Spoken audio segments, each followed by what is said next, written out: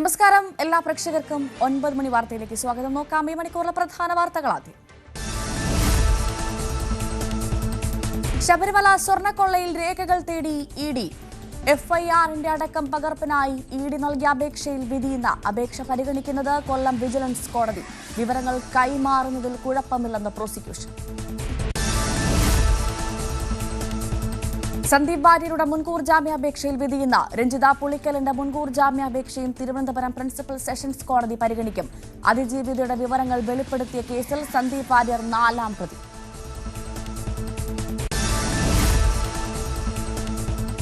ലൈംഗിക അതിക്രമ കേസിൽ PT കുഞ്ഞു മുഹമ്മദിന്റെ മുൻകൂർ ജാമ്യാപേക്ഷയിൽ ഉത്തരവ് നാളെ.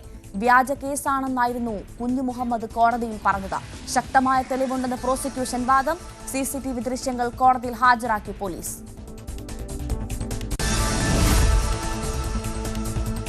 ഗർഭിണിയുടെ മുഖത്തടിച്ച് SHOയ്ക്ക് സസ്പെൻഷൻ. പ്രതാപചന്ദ്രനെതിരെ നടപടിയെടുത്തത് ദക്ഷിണ മേഖല IG. ADGP H വെങ്കിടേശൻ അന്വേഷണ ചുമതല.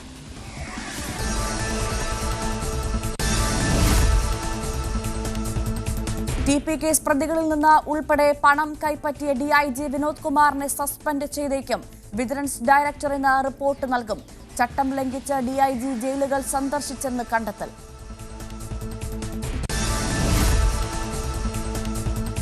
കൊല്ലത്ത് ഓടിക്കൊണ്ടിരുന്ന കാറിന് തീ പിടിച്ചു. വാഹനത്തിലുണ്ടായിരുന്നവർ പുറത്തിറങ്ങിയതിനാൽ വൻ അപകടം ഒഴിവായി.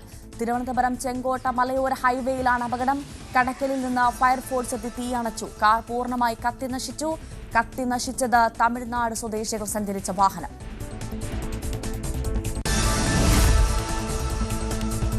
പ്രായപൂർത്തിയാവാത്ത പെൺകുട്ടികളെ ലൈംഗിക പീഡനത്തിനിരയാക്കിയ ജെഫ്രി എപ്സ്റ്റീനുമായി ബന്ധപ്പെട്ട എപ്സ്റ്റീൻ ഫയൽസിലെ വിവരങ്ങൾ US ഇന്ന് പുറത്തുവിടും. ഫയലിലെ വിവരങ്ങൾ പുറത്തുവിടുക US ജസ്റ്റിസ് ഡിപ്പാർട്ട്മെന്റ്. കുറ്റവാളിയാണ് ജെഫ്രി എപ്സ്റ്റീൻ. ട്രംപ് ബില്ലിൽ ഒപ്പുവെച്ചത് വിവാദം കനത്തതോടെ.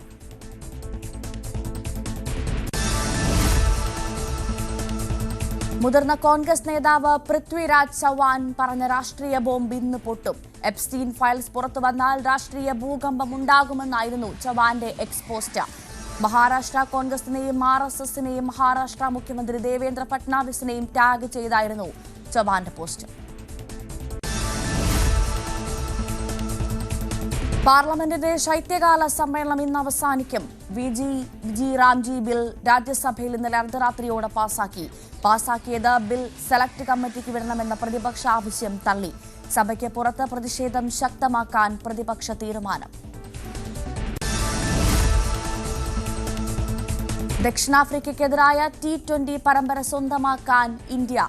നിർണായക മത്സരം ഇന്ന് അഹമ്മദാബാദിൽ. പരമ്പരയിൽ 2-1 എന്ന നിലയിൽ ഇന്ത്യ മുന്നിൽ.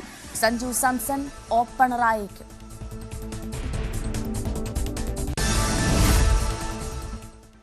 പാലക്കാട് വാളയാർ അട്ടപ്പളത്ത് ആൾക്കൂട്ടാക്രമണത്തിൽ കൊല്ലപ്പെട്ട വിനീഷ് കൊട്ടാരക്കര വിവരങ്ങളുമായി ചേരും. വിനീഷ്, വിവരങ്ങൾ എന്തൊക്കെയാണ്?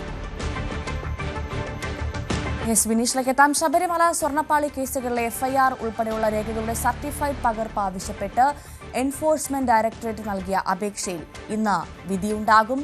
കൊല്ലം വിജിലൻസ് കോടതിയാണ് വിധി പ്രസ്താവിക്കുക. ഇന്നത്തെ ദിവസം ഏറെ നിർണായകമാണെന്ന് പറയാം. നേരത്തെ തന്നെ ഈ വിഷയത്തിൽ എൻഫോഴ്സ്മെന്റ് ഡയറക്ടറേറ്റ് ED ഈ കേസ് അന്വേഷണവുമായി ബന്ധപ്പെട്ട് വരുന്നതിനെതിരെ സർക്കാർ വലിയ തരത്തിൽ പ്രതിഷേധം ഉയർത്തിയിരുന്നു, അതിനെ എതിർത്തിരുന്നു. ഇപ്പോൾ എന്തായാലും ഇന്ന് ഈ കേസിലൊരു ഈ ഹർജിയിൽ ഒരു വിധി ഉണ്ടാകുമെന്നാണ് മനസ്സിലാക്കുന്നത്. ബിനീഷ് വിവരങ്ങൾ നൽകും. ബിനീഷ്, വിശദാംശങ്ങൾ എന്തൊക്കെയാണ്? എപ്പോഴത്തേക്ക് വിധി ഉണ്ടാകും? ഭവ്യ, ശബരിമല സ്വർണ്ണക്കൊള്ള കേസിൽ രേഖകൾ ആവശ്യപ്പെട്ടുള്ള എൻഫോഴ്സ്മെന്റ് ഡയറക്ടറേറ്റിന്റെ അപേക്ഷയിലാകും ഇന്ന് കൊല്ലം വിജിലൻസ് കോടതി വിധി പറയുക. FIRഉം റിമാൻഡ് റിപ്പോർട്ടും ആവശ്യപ്പെട്ടുള്ള രേഖകളാണ് EDയുടെ ആവശ്യം. എന്നാൽ കേസിലെ മുഴുവൻ രേഖകളും കൈമാറുന്നതിൽ SITക്ക് എതിർപ്പുണ്ടെന്ന് കോടതിയെ അറിയിക്കുകയും ചെയ്തിട്ടുണ്ട്. ഈ കള്ളപ്പണ ഇടപാടുമായി ബന്ധപ്പെട്ട് അന്വേഷിക്കുന്നതിന് വേണ്ടിയാണ് ED രേഖകൾ കോടതി മുഖേന ആവശ്യപ്പെട്ടിരിക്കുന്നത്. എന്നാൽ കള്ളപ്പണ ഇടപാട് പരിശോധിക്കുന്നതിൽ എതിർപ്പില്ലെന്നും എന്നാൽ സമാന്തര അന്വേഷണം വേണ്ടെന്നുമാണ് SIT കോടതിയിൽ വാദിച്ചത്. കേസിൽ കൂടുതൽ പ്രതികളിലേക്ക് എത്തുന്നത് ഇത് തിരിച്ചടിയാകുമെന്നും SITക്ക് വേണ്ടിയുള്ള പ്രോസിക്യൂട്ടർ കോടതിയിൽ അറിയിച്ചിരുന്നു. ഇതേസമയം ഈ രേഖകൾ നൽകുന്നത് എങ്ങനെയാണ് SITയുടെ അന്വേഷണത്തെ ബാധിക്കുന്നതെന്നും EDയുടെ മറുചോദ്യമുണ്ടായി. എന്തായാലും ഇതിന്റെ ഈ കേസുമായി ബന്ധപ്പെട്ട് അല്ലെങ്കിൽ ഇതിന്റെ ഈ രേഖകൾ ആവശ്യപ്പെട്ടുകൊണ്ടുള്ള വാദം കഴിഞ്ഞ ദിവസം പൂർത്തിയായി. ഇന്ന് ഏകദേശം ഒരു 11 മണിയോട് കൂടിയാകും ഇതിന്റെ ഒരു വിധി ഉണ്ടാവുക. കൊല്ലം വിജിലൻസ് കോടതിയിലാകും ആ വിധി പ്രസ്താവിക്കുന്നത്. ഭവ്യ, വിനീഷാണ് കൊല്ലത്ത് നിന്നും വിവരങ്ങൾ നൽകിയത്. രാഹുൽ മാങ്കൂട്ടത്തിനെതിരെ പരാതി നൽകിയ സ്ത്രീയുടെ വ്യക്തിവിവരങ്ങൾ വെളിപ്പെടുത്തിയെന്ന കേസിൽ സന്ദീപ് വാര്യരുടെ മുൻകൂർ ജാമ്യാപേക്ഷയിൽ ഉത്തരവില്ല. കേസിൽ തിരുവനന്തപുരം പ്രിൻസിപ്പൽ സെഷൻസ് കോടതിയിൽ വാദം പൂർത്തിയായിരുന്നു. പത്തനംതിട്ട മഹിളാ കോൺഗ്രസ് നേതാവ് രഞ്ജിത പുളിക്കലിന്റെ മുൻകൂർ ജാമ്യാപേക്ഷയും കോടതി ഇന്ന് പരിഗണിക്കും. കേസിൽ സന്ദീപ് വാര്യർ 4ാം പ്രതിയാണ്. രഞ്ജിത പുളിക്കൽ 1ാം പ്രതിയും രാഹുൽ ഈശ്വർ 5ാം പ്രതിയുമാണ്. ലൈംഗിക അതിക്രമ കേസിൽ സംവിധായകനും മുൻ MLAയുമായ PT കുഞ്ഞു മുഹമ്മദിന്റെ മുൻകൂർ ജാമ്യാപേക്ഷയിൽ ഉത്തരവ് നാളെ. കഴിഞ്ഞ ദിവസം തിരുവനന്തപുരം ജില്ലാ കോടതിയിൽ വാദം പൂർത്തിയായിരുന്നു. തനിക്കെതിരെയുള്ളത് വ്യാജ കേസാണെന്നായിരുന്നു കുഞ്ഞു മുഹമ്മദിന്റെ വാദം. അപമര്യാദയായി പെരുമാറിയെന്ന് പറഞ്ഞതിന്റെ തൊട്ടടുത്ത ദിവസം PT കുഞ്ഞു മുഹമ്മദിന് യുവതി വാട്സപ്പിലൂടെ മെസ്സേജ് അയച്ചിട്ടുണ്ട്. ഇതിന്റെ പകർപ്പും PT കുഞ്ഞു മുഹമ്മദിന്റെ അഭിഭാഷകൻ PP ഹാരിസ് കോടതിയിൽ ഹാജരാക്കി. PT കുഞ്ഞു മുഹമ്മദിനെതിരെ ശക്തമായ തെളിവുണ്ടെന്നായിരുന്നു പ്രോസിക്യൂഷന്റെ വാദം. ഇരുവരും ഹോട്ടലിൽ ഒരുമിച്ചുണ്ടായിരുന്നുവെന്നതിന്റെ CCTV ദൃശ്യങ്ങളും പോലീസ് കോടതിയിൽ ഹാജരാക്കിയിട്ടുണ്ട്. പ്രതിപക്ഷ നേതാവ് VD സതീശനെതിരായി കടകംപള്ളി സുരേന്ദ്രൻ സമർപ്പിച്ച മാനനഷ്ട കേസ് തുടർവാദത്തിനായി ജനുവരി 5ലേക്ക് മാറ്റി. ദ്വാരപാലകരെ ആർക്കാണ് മറച്ചുവിറ്റതെന്ന് കടകംപള്ളിക്ക് അറിയാമെന്നും കടകംപള്ളിയാണ് അതിന് ഒത്താശ ചെയ്തത് എന്നുമായിരുന്നു സതീശന്റെ ആരോപണം. എന്നാൽ ഇത് സാധൂകരിക്കുന്ന തെളിവുകളൊന്നും ഇതുവരെ പ്രതിപക്ഷ നേതാവിന്റെ അഭിഭാഷകന് കോടതിയിൽ ഹാജരാക്കാനായിട്ടില്ലെന്ന് കടകംപള്ളി സുരേന്ദ്രൻ വ്യക്തമാക്കി.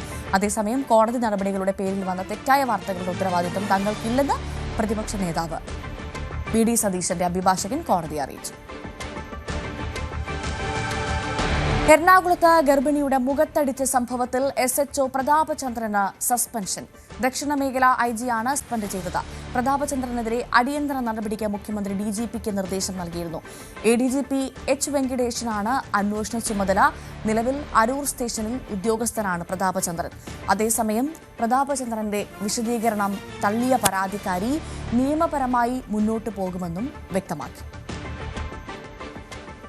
എറണാകുളം നോർത്ത് CAയുടെ അതിക്രമത്തിൽ കഴിഞ്ഞ ദിവസങ്ങളിൽ വലിയ രീതിയിൽ വാർത്തയായിരുന്ന ഒരു സംഭവത്തിൽ കൂടുതൽ പ്രതികരണങ്ങൾ പിന്നീട് ഉണ്ടായിരുന്നു. CA തന്നെ പറഞ്ഞിരുന്നത് ഇവർക്കെതിരെ കേസുണ്ട്, അത് മാത്രവുമല്ല തന്നെ ആക്രമിക്കാൻ വന്നതുകൊണ്ടാണ് ഈ രീതിയിലുള്ള സംഭവങ്ങൾ ഉണ്ടായത് എന്നതടക്കമുള്ള കാര്യങ്ങൾ പറയുന്നുണ്ടായിരുന്നു.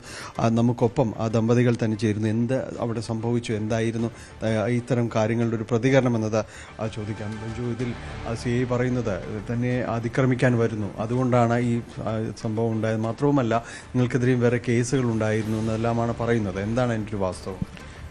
അതിക്രമിക്കാൻ വന്നു. എൻ്റെ വൈഫ് 2 AK-47 ആയിട്ടാണ് അങ്ങോട്ട് വന്നിട്ടുണ്ടായിരുന്നത്. നിങ്ങളെല്ലാവരും കണ്ടല്ലോ വിഷയില്ലേ.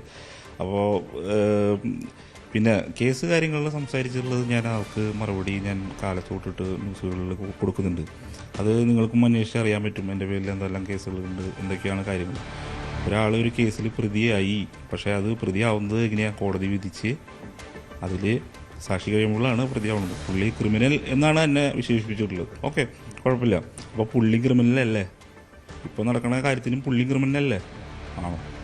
അപ്പോൾ നമ്മൾ ഈ സ്റ്റേഷനിൽ വന്നിട്ട് ഈ വിഷയം ഉണ്ടായി കഴിഞ്ഞിട്ട് നമ്മൾ പുള്ളി പറഞ്ഞ് ന്യായീകരിച്ചുകൊണ്ടിരിക്കുകയാണ്. വലിയൊരു പ്രശ്നം ഞങ്ങൾ സോൾവ് ചെയ്യാൻ വേണ്ടി ശ്രമിക്കുകയായിരുന്നു എന്ന് പറഞ്ഞു. ഈ പ്രശ്നം ഉണ്ടാവാതെ നോക്കേണ്ടത് ആളുടെ ഉത്തരവാദിത്തമല്ലായിരുന്നു. ഞങ്ങൾ ഇവിടുന്ന് അറസ്റ്റ് ചെയ്ത് കൊണ്ടുപോകുന്ന സമയത്ത് ഞങ്ങൾ അവരുടെ അടുത്ത് കാല് പിടിച്ചിട്ടാണ് പറഞ്ഞത്, സാറേ ഞങ്ങൾക്ക് ഇങ്ങനെ ഒരു സ്കാനിങ്ങിൻ്റെ കാര്യങ്ങളുണ്ട്, നമുക്കത് പോകേണ്ട ആവശ്യമുണ്ടെന്ന്. ആ സമയത്ത് പുള്ളിക്ക് ഒരു സൊല്യൂഷൻ ചെയ്യാമായിരുന്നില്ലേ? അല്ലേ? അത് സ്റ്റേഷനിലേക്ക് എത്തിച്ച് അവിടെ പുള്ളി ഈ കുഞ്ഞുങ്ങളെ പ്രൊട്ടക്റ്റ് ചെയ്യേണ്ട ആവശ്യം ഇരിക്കുന്നു. ഞങ്ങൾ ഇപ്പോൾ സ്റ്റേഷനിലേക്ക് ഞാനും എൻ്റെ വൈഫും മാത്രമേ ഉള്ളൂ. ഞങ്ങൾക്ക് ഞങ്ങളല്ലോ ഇപ്പോൾ ആ സമയത്ത് എൻ്റെ വൈഫ് ഓട്ടോമാറ്റിക്കലായിട്ട് എൻ്റെ മക്കളെ വല്ലയിടത്തും കളഞ്ഞിട്ട് വരാൻ പറ്റുമോ? അങ്ങോട്ട് വന്നിട്ട് ചോദിക്കാൻ പറ്റുമോ? സ്വാഭാവികമായിട്ട് ആ കുഞ്ഞുങ്ങൾക്ക് അതിൻ്റെ ഒപ്പം ഇരുന്നിട്ടാണ് അങ്ങോട്ട് വന്നത്. അതെ, വരണ സമയത്ത് ഒരു സ്റ്റേഷനിലേക്ക് കയറി വന്നിട്ട് കാണുന്ന കാഴ്ച, നമ്മളുടെ ഒരു സുഹൃത്തിനെ ഒരാൾ ഉപദ്രവിച്ചുകൊണ്ടിരിക്കുമ്പോൾ നമ്മൾ കയറുമ്പോൾ ചോദിക്കില്ലേ, എന്താ ചെയ്യണേന്ന് ചോദിക്കില്ലേ? അതാണ് ആൾ ചോദിച്ചുള്ളൂ. അത് സ്വാഭാവികമായിട്ടുള്ളൊരു റിയാക്ഷനാണ്. അതായത് നമുക്ക് ഇവിടെ തലേദിവസം അത് ഇന്നലെ ഞാൻ പറഞ്ഞിട്ടുണ്ടായിരുന്നത്, അതായത് തലേദിവസം ഇവിടെ നടന്നിട്ടുള്ളതിൻ്റെ ഒരു എന്തോ പുറത്തൊരു ഇഷ്യൂ നടന്നിട്ടുള്ളതിൻ്റെ ദൃശ്യങ്ങൾ ഞാൻ ഷൂട്ട് ചെയ്തു എന്നുള്ള ഒരു ഇതുമാണ്. ഇത്രയും ഇതൊരു പബ്ലിക് ഞാൻ പറയാൻ ഞാൻ ചെയ്തത് ഒരു വലിയൊരു ക്രിമിനൽ കേസാണ്. തീർച്ചയായിട്ടും അങ്ങനെയല്ല ചെയ്തത്. ഇനിയിപ്പോൾ അത് കോടതിയിൽ ഞങ്ങൾക്ക് തെളിയിക്കേ വേണ്ടൂ. അത് എന്താണ്, തീർച്ചയായിട്ടും സമർപ്പിച്ചിട്ടുണ്ട്, എല്ലാ കാര്യങ്ങളും സമർപ്പിച്ചിട്ടുണ്ട്. അടുത്ത ഘട്ടം ഇപ്പം ഞങ്ങൾ മജിസ്ട്രേറ്റ് ലെവലിൽ ഞങ്ങൾ അന്വേഷിക്കുമെന്നാണ് പറയുന്നത്. കാരണം എന്താ വെച്ച് കഴിഞ്ഞിട്ടുണ്ടെങ്കിൽ ഇതിൻ്റെ ഫസ്റ്റ് ലെവലിൽ നമ്മൾ കൊടുത്ത ഫസ്റ്റ് ലെവലിൽ ഇതിന് അന്വേഷണം നടന്നു കഴിഞ്ഞപ്പോൾ നമുക്ക് ഒരു തൃപ്തിയില്ല. കാരണം എന്താ വെച്ചാൽ ഇവരാൾക്കാരാണ് ഈ റിപ്പോർട്ട് കൊടുക്കുന്നത്. ഇവരാൾക്കാർ റിപ്പോർട്ട് കൊടുക്കുമ്പോൾ സ്വാഭാവികമായിട്ടും എങ്ങനെയാണ് കൊടുക്കുന്നത് നമുക്ക് ഊഹിക്കാമല്ലോ. ഇതിലെ സിയെ ആക്രമിക്കാൻ ചെന്നു എന്നാണ് പറയുന്നത്. എന്താണ് അതിനോടുള്ള? ഞാൻ ആക്രമിക്കാൻ ചെല്ലണം എങ്ങനെ? എൻ്റെ കുഞ്ഞുങ്ങൾ എളിയിരിക്കുക. ഒരു വർഷം എനിക്ക് ആക്രമിക്കാൻ പറ്റത്തില്ല. ഞാൻ കരഞ്ഞ് ഓർക്കെ നിലവിളിച്ചല്ലാണ്ട് അവിടെ ഒന്നും ചെയ്തിട്ടെന്നുള്ള തെളിവ് എൻ്റെ കയ്യിലുള്ളപ്പോൾ എനിക്ക് ആരും ഭയക്കേണ്ട കാര്യമില്ല. അവിടെ ചെന്നിട്ട് തിരിച്ചു പോരുന്നോടം വരെയുള്ള പ്രൂഫ് എൻ്റെ കയ്യിലുണ്ട്. അത് ഞാൻ ഇന്ന് കോടതിയിൽ ഹാജരാക്കും. വനിതാ പോലീസുകാരും വളരെ മോശമായിട്ടാണ്. വനിതാ പോലീസുകാരെല്ലാവരും വളരെ മോശമായിട്ടാണ് അയാളുടെ പക്ഷം ചേർന്നിട്ടാണ് നിന്നത്. 2 പോലീസ് ഉദ്യോഗസ്ഥർ മാത്രം ഉണ്ടായിരുന്നു. പിടിച്ചു മാറ്റി, എന്നെ ഉപദ്രവിച്ചപ്പോൾ പിടിച്ചു മാറ്റി കൊണ്ടുപോയതൊക്കെ. നടപടിയിൽ സംതൃപ്തിയാണോ? ഇപ്പോൾ അല്പം ഇനിയും നിയമപരമായിട്ട് തന്നെ ഞങ്ങൾ ബാക്കിയുള്ള കാര്യങ്ങൾക്ക് മുന്നോട്ട് പോകും. എന്തായാലും മുഖ്യമന്ത്രി ഇത് വിവരങ്ങൾ അറിഞ്ഞതിന് ശേഷം മുഖ്യമന്ത്രി നടപടികളിലേക്ക് അടക്കം കടന്നിട്ടുണ്ട്. ഇനിയിപ്പോൾ അന്വേഷണം വരും. അപ്പോൾ അന്വേഷണത്തിന് മുമ്പാകെ നിങ്ങൾ തെളിവുകൾ സമർപ്പിച്ചുകൊണ്ട് മുന്നോട്ട് പോകാമെന്നുള്ളത്. തീർച്ചയായിട്ടും നമ്മൾ ഓൾറെഡി ഇത് കോർട്ടിലേക്ക് പോയിട്ടുണ്ട്. നമ്മൾ അവിടെ ഓൾറെഡി എല്ലാ ഡീറ്റെയിൽസും കാര്യങ്ങളെല്ലാം ഞങ്ങൾ വൺ ബൈ സമർപ്പിച്ചുകൊണ്ടിരിക്കുന്നുണ്ട് എല്ലാ കാര്യങ്ങളും. പിന്നെ ഏറ്റവും വലിയ കാര്യം എന്ന് പറഞ്ഞു കഴിഞ്ഞാൽ ഈ സംഭവം നടന്നിട്ട് ഒരു 3 ദിവസത്തിന് ശേഷം കോടതിയുടെ ഉത്തരവ് പ്രിസ്ക്രൈബ് ചെയ്ത് എടുത്തു വെച്ചിട്ടുള്ള ഫുട്ടേജാണ് ഇപ്പോൾ ഞങ്ങൾക്ക് ലഭിച്ചത്. ആ ഫുട്ടേജിലെല്ലാം ഉണ്ട്, അതിലെല്ലാം ഉണ്ട്. അത് കോടതിക്ക് അത് പ്ലേ ചെയ്ത് കണ്ടു കഴിഞ്ഞാൽ തീർന്നു. ശക്തമായ നടപടികൾ ഉണ്ടാകുമെന്ന് തന്നെയാണ് വിശ്വസിക്കുന്നത്. തീർച്ചയായും ഉണ്ടാവണം. എന്നാലല്ലേ പൊതുജനങ്ങളെല്ലാം കണ്ടുകൊണ്ടിരിക്കല്ലേ. ഞങ്ങൾ നീതി കിട്ടാണ്ട് ഞങ്ങളിപ്പോൾ 1 വർഷം ഞങ്ങൾ കിടന്ന് നടന്നു. മറ്റുള്ളവരുടെ മുമ്പിൽ നമ്മളുടെ പരിഹാസവും കാര്യങ്ങളും, പുള്ളി അതിൻ്റേതായിട്ടുള്ള രീതിയിലുള്ള കാര്യങ്ങളും പറയലും. ഇത് ഫുട്ടേജ് കണ്ടപ്പോഴല്ലേ, എന്നിട്ടും പുള്ളി പറഞ്ഞുകൊണ്ടിരിക്കുന്നത് എന്താണ്? അപ്പോൾ നമുക്ക് അതിന് ഉത്തരങ്ങളില്ല. അതൊക്കെ കോടതിയിൽ വന്ന് പറയട്ടെ ഇനി. ഏതായാലും ബെഞ്ചോയും കുടുംബം വ്യക്തമാക്കുന്നത് തുടർ നടപടികളുമായി മുന്നോട്ട് പോകുന്നു. ഇനി അന്വേഷണങ്ങൾ ഉണ്ടാകുമ്പോൾ CI പ്രതാപനെതിരെ കൂടുതൽ നടപടികൾ ഉണ്ടാകണമെന്ന് തന്നെ ആവശ്യപ്പെടുന്നു. അദ്ദേഹം ഇപ്പോൾ പറയുന്ന ആരോപണങ്ങൾ തികച്ചും അടിസ്ഥാനരഹിതമാണ്. തങ്ങൾക്കെതിരെ മറ്റ് കേസുകളില്ല, ആരെയും അതിക്രമിക്കാൻ ചെന്നിട്ടില്ല, അത് ദൃശ്യങ്ങൾ തന്നെ തെളിവായിട്ടുണ്ട് എന്ന് അവർ പറയുകയും ചെയ്യുന്നുണ്ട്. ചില്ലുന്ന ക്യാമറമാൻ ശ്യാംലാലിനൊപ്പം ഡാനി പോൾ, ന്യൂസ് 18. ഡാനി പോൾ കൂടുതൽ വിവരങ്ങളുമായി ചേരും. ഡാനി, നോർത്ത് പോലീസ് സ്റ്റേഷനാണ്, ജനമൈത്രി പോലീസ് സ്റ്റേഷനാണ്. ആ പേര് ഇത്തരത്തിലാണ് ഇങ്ങനെ പരാതിയുമായി വരുന്നവരെ, അല്ലെങ്കിൽ പോലീസ് സ്റ്റേഷനിൽ പല ആവശ്യത്തിന് വരുന്നവരെയൊക്കെ ഇത്തരത്തിൽ കയ്യോങ്ങിയാണ് മൈത്രി കാണിക്കുന്നതെങ്കിൽ വലിയ ബുദ്ധിമുട്ടായിരിക്കും. എന്തായാലും പോലീസിൽ, നമ്മുടെ ഈ ഫോഴ്സിൽ ഇത്തരത്തിലുള്ള ഇന്ത്യൻ പോലീസുകാർ ഇനിയുമുണ്ട്, അല്ലെങ്കിൽ ഒരുപാടുണ്ട് എന്നതിൻ്റെ ഉത്തമ ഉദാഹരണം തന്നെയാണ് ഇന്നലെ പുറത്തു വന്ന CCTV ദൃശ്യങ്ങൾ സൂചിപ്പിക്കുന്നത്. ഇനി ഒരു നടപടി എടുത്തു, അതിൽ അവസാനിക്കുമോ അല്ലെങ്കിൽ തുടർ നടപടി ഉണ്ടാകുമോ? എന്താണ് ഡാനി മനസ്സിലാക്കുന്നത്?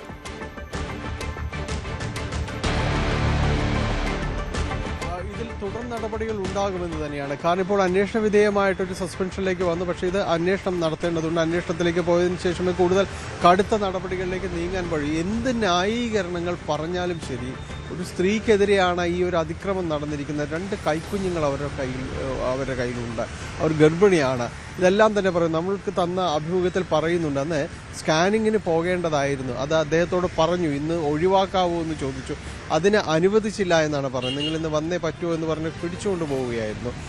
സമീപത്തുണ്ടായിരുന്ന ഒരു ദൃശ്യങ്ങൾ, പോലീസ് ഇതുപോലെ തന്നെ ചോദ്യം ചെയ്യുന്ന ദൃശ്യങ്ങൾ ഈ ബെഞ്ചോ പകർത്തി എന്നത് കണ്ടുകൊണ്ടാണ് ഇവരെ വിളിച്ചു വരുത്തുന്നതും ഈ രീതിയിലേക്ക് അതിക്രമങ്ങളെല്ലാം ഉള്ളത്. അതിൻ്റെ ഒരു പുതിയ CCTV ദൃശ്യങ്ങൾ, മറ്റൊരു ക്യാമറയുടെ വശങ്ങൾ കൂടി ഇപ്പോൾ ലഭ്യമായിട്ടുണ്ട്. അതിൽ ഈ ബെഞ്ചോ തന്നെ മർദ്ദിക്കരുതേ എന്ന് പറഞ്ഞുകൊണ്ട് ഈ CI പ്രതാപന്റെ കാല് പിടിക്കുന്നൊരു ദൃശ്യം കൂടി അതിലുണ്ട്. നോക്കുക, നമ്മൾ ഈ ഒരു പോലീസ് സ്റ്റേഷനിൽ ചെന്നിട്ട് ഈ രീതിയിലേക്ക് കാര്യങ്ങൾ പോകുന്നു എന്നതാണ്. കാല് പിടിച്ച് അപേക്ഷിക്കുകയാണ്. ഭാര്യയ്ക്ക് മുന്നിൽ വെച്ചാണ്, തൻ്റെ കുട്ടികളുടെ മുന്നിൽ വെച്ചാണ് ഇദ്ദേഹം ഈ പോലീസ് ഉദ്യോഗസ്ഥൻ്റെ കാല് പിടിക്കുന്നത്, മർദ്ദിക്കരുത് എന്ന് പറഞ്ഞുകൊണ്ട്. തുടർന്ന് ഇയാളുടെ ബെഞ്ചോയുടെ ഭാര്യയ്ക്ക് നേരെയാണ് പിന്നീട് CA ആക്രോശിച്ചു കൊണ്ട് ചെല്ലുന്നത്. അവരെ പിടിച്ച് തള്ളുന്നുണ്ട്, പിന്നെ അവരെ കരണത്തടിക്കുന്നുണ്ട്. ഇത്രയും കാര്യങ്ങൾ നടന്നിരിക്കുന്നു. ഇതെല്ലാം ഇത് ഒരു നിയമത്തിന് മുന്നിലേക്ക് കൊണ്ടുവരാൻ, കാരണം ഒരു സാധാരണക്കാരന് നീതി ലഭിക്കാനായിട്ട് കോടതികളിലേക്ക് കയറുന്നു. ആദ്യമായി പ്രാഥമിക ഘട്ടത്തിൽ നമ്മളെല്ലാം പോലീസ് സ്റ്റേഷനിലേക്ക് ചെല്ലുന്നു, പക്ഷേ അവിടെ നിന്നല്ല ലഭിക്കുന്നു. ഒടുവിൽ കോടതിയെ തന്നെ ആശ്രയിക്കേണ്ട ഘട്ടത്തിലേക്ക് വരുന്നു. ആദ്യഘട്ടത്തിൽ ഇതിന് അപേക്ഷകൾ നൽകുന്നു, പക്ഷേ നടപടികൾ ഉണ്ടാകുന്നില്ല. ഹൈക്കോടതിയിലേക്ക് തന്നെ പോവുകയും ചെയ്യുന്നുണ്ട്. ഏതായാലും ഇതുമായി ബന്ധപ്പെട്ടുകൊണ്ട് തുടർ നടപടികൾ ഉണ്ടാകും. തങ്ങൾക്ക് ലഭിച്ച ഈ ഒരു മർദ്ദനവും അതോടൊപ്പം തന്നെ ലഭിച്ച നീതികേടും അത് കോടതിക്ക് മുന്നിലേക്കും തങ്ങൾ എത്തിക്കും. അതിൽ നിന്ന് ഈ നഷ്ടപരിഹാരം എന്നത് ഒരു ഉദ്ദേശിക്കുന്നത് തങ്ങൾക്ക് ഈ വന്നിരിക്കുന്ന മാനഹാനി അടക്കമുള്ള കാര്യങ്ങൾ, പോലീസ് സ്റ്റേഷനിൽ നേരിടേണ്ടി വന്ന കാര്യങ്ങൾ, ഇതെല്ലാം അതിന് കൃത്യമായൊരു ഉത്തരം ലഭിക്കും വരെയും തങ്ങളുടെ നിയമ പോരാട്ടം തുടരുമെന്ന് തന്നെയാണ്. അവിടെയാണ് ഡാനി, നമ്മൾ ഇന്നലെ ഈ പ്രതാപചന്ദ്രന്റെ പ്രതികരണം വളരെ വ്യക്തമായി കേട്ടതാണ്. അതിൽ അയാൾ വളരെ വ്യക്തമായി പറയുന്നുണ്ട്, ഈ അവിടെ നടന്ന സംഘർഷം ലഘൂകരിക്കാനാണ് ഞാൻ ചെയ്തത് എന്ന്. എന്ത് ന്യായീകരണം പറഞ്ഞാലും ഒരു സ്ത്രീയെ കൈനീട്ടി അടിക്കാൻ ആ പോലീസുകാരൻ ആരാണെന്നാണ് പൊതുസമൂഹം ചോദിക്കുന്നത്. അതിലൊരു സംശയവുമില്ല. അതുമാത്രമല്ല, സ്ത്രീ ഒരു ഗർഭിണി കൂടിയായിരുന്നു എന്നതാണ് ഏറെ വിഷമിപ്പിക്കുന്ന ഒരു കാര്യം. അപ്പോൾ ഇത്തരത്തിലാണോ പോലീസ് സ്റ്റേഷനിലേക്ക് ഒരു സാധാരണക്കാരനായ മനുഷ്യൻ കയറി ചെല്ലുമ്പോൾ അവിടെ നിന്ന് ഉണ്ടാകുന്ന സ്വീകരണം എന്ന് തന്നെയാണ് സാധാരണക്കാരെല്ലാവരും ഒന്നടങ്കം ചോദിക്കുന്നത്. ഇവിടെ പ്രതാപചന്ദ്രനെതിരെ ഇതിനു മുൻപും ഇത്തരത്തിലുള്ള പല കേസുകളുമുണ്ട്. ഇത്തരത്തിൽ ആളുകളെ മർദ്ദിക്കുന്ന ഒരാളാണ് ഈ പ്രതാപചന്ദ്രൻ എന്ന SHO എന്ന് നേരത്തെ തന്നെ വിമർശനങ്ങൾ ഉയരുന്നുണ്ട്. ഇയാൾക്ക് ഇതുമായി ഇത്തരത്തിലുള്ള പല കേസുകളും ഉണ്ട് എന്നുള്ള റിപ്പോർട്ടുകളും വരുന്നുണ്ട്. അപ്പോൾ ഇതൊക്കെ ഇതുമായി ബന്ധപ്പെട്ട് പരിഗണിക്കാൻ സാധ്യതയുണ്ടോ, നടപടി ഉണ്ടാകുമോ എന്ന് തന്നെയാണ് നമുക്ക് അറിയാനുള്ളതും. ഡാനി, അത് തന്നെയാണ്. കാരണം ഇപ്പോൾ ഈ നേരത്തെ വന്നുപോയ പല പരാതികൾ ഇതുമായി ബന്ധപ്പെട്ടുകൊണ്ട് വന്നുപോയിരുന്നു. ഒരു സ്വിഗ്ഗി ജീവനക്കാരനെ മർദ്ദിച്ചതായിട്ട് പറയുന്നുണ്ട്. പിന്നെ അതോടൊപ്പം തന്നെയാണ് കലൂരിൽ ഒരു തട്ടുകടയിൽ കയറി അവിടെ ഭക്ഷണം കഴിച്ചിരിക്കുന്നവരോടക്കം വലിയ മോശമായ രീതിയിലടക്കം പെരുമാറുന്നവരുടെ പരിശോധനകൾ നടത്തിയെന്നടക്കമുള്ള ഒരു പരാതികളെല്ലാം തന്നെ ഉണ്ടായിരുന്നു. അവിടെ നിന്ന് അവരെ കസ്റ്റഡിയിൽ എടുത്തുകൊണ്ട് പോലീസ് സ്റ്റേഷനിലേക്ക് കൊണ്ടുപോയി, പിന്നെ കുറച്ച് സമയത്തിന് ശേഷം വിട്ടയച്ചു. ഇതെല്ലാം തന്നെ വരുന്നുണ്ട്. സ്വിഗ്ഗി ജീവനക്കാരനും ഇതുപോലെ തന്നെ ആ പരാതിയുമായിട്ടെല്ലാം തന്നെ വന്നിരുന്നതാണ്. കാക്കനാട് സ്വദേശിയാണ്. അപ്പോൾ ഇത്തരം പരാതികളെല്ലാം ഇനി ഇദ്ദേഹത്തിൻ്റെ എതിരായ പരാതികളെല്ലാം തന്നെ മുന്നിലേക്ക് വരാനും ഈ അന്വേഷണത്തിന് മുന്നിലേക്ക് വരാനും അതെല്ലാം പരിഗണിക്കപ്പെടാനും സജീവ സാധ്യതയുണ്ട്.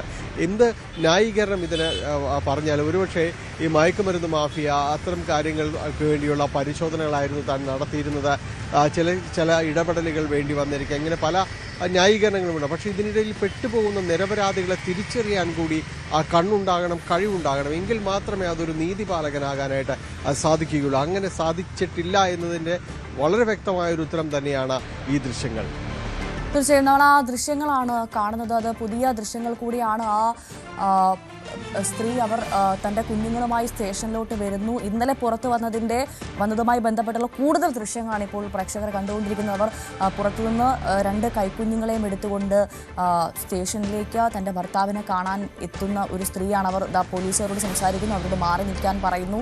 പക്ഷെ അവർക്ക് സ്വാഭാവികമായും തൻ്റെ ഭർത്താവിനെ കാണാനുള്ള അവകാശമുണ്ടത് കാണാൻ വേണ്ടി പറയുന്നു. അങ്ങനെ അവിടെ നിന്നുണ്ടാകുന്ന സംഭവ വികാസങ്ങളാണ്. പിന്നെ ഒരു SHO ആ സ്ത്രീയുടെ 2 കുഞ്ഞുങ്ങളുടെ അമ്മയാണ്. അതുമാത്രമല്ല, അവർ വീണ്ടും ഗർഭിണിയാണ്. ആ ഗർഭിണിയായ സ്ത്രീയെ കൈനീട്ടി അടിക്കുന്നതിലേക്ക് കാര്യങ്ങൾ പോകുന്നു. അവിടെ വനിതാ പോലീസുകാരുണ്ട്, നമുക്ക് അവരെ കാണാം. എന്നിട്ട് പോലുമാണ് ഈ ഒരു ക്രൂരതയ്ക്ക് SHO മുതിർന്നത് എന്നുള്ളതാണ്. പ്രതാപചന്ദ്രനെതിരെ ഇതിനു മുൻപും ഇത്തരത്തിലുള്ള വലിയ പരാതികൾ ഉയർന്നു എന്നാണ് മനസ്സിലാക്കുന്നത്. എന്തായാലും 1 വർഷം നീണ്ട അവരുടെ നിയമ പോരാട്ടത്തിന് ഫലം കണ്ടു എന്ന് പറയാം ഈ ഘട്ടത്തിൽ. കാരണം കൃത്യമായി കോടതി ഇടപെടലിൽ നിന്ന് CCTV ദൃശ്യങ്ങൾ അന്നേ അവർ പറയുന്നുണ്ടായിരുന്നു, ഞാനൊന്നും ചെയ്തിട്ടില്ല, എല്ലാത്തിനും തെളിവുണ്ട്, CCTV പരിശോധിക്കുമെന്ന്. പക്ഷേ അന്ന് പ്രതാപചന്ദ്രൻ പറഞ്ഞത് എന്താണ് നമ്മൾ വളരെ വ്യക്തമായി കേട്ടതാണ്.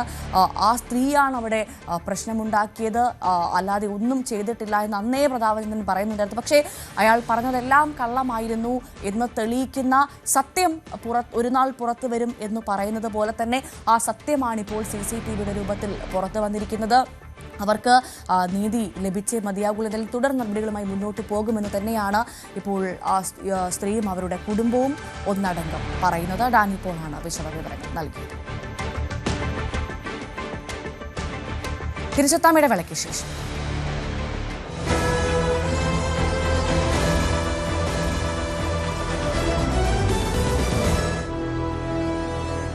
കൊച്ചിയിൽ മേയർ ആരാവണമെന്നതിൽ കോൺഗ്രസിൽ തർക്കം തുടരുകയാണ്. വി.ഡി. സതീശന്റെ നിർദ്ദേശം അവഗണിച്ചും പരസ്യ നീക്കങ്ങളുമായി നേതാക്കൾ രംഗത്തെത്തി. ഷൈനി മാത്യുവിനെ അനുനയിപ്പിക്കാനുള്ള നീക്കവും ജില്ലാ നേതൃത്വത്തിന്റെ ഭാഗത്തു നിന്നുണ്ട്. അതിനിടെ സഭകളുടെ സമ്മർദ്ദവും ശക്തമാണ്.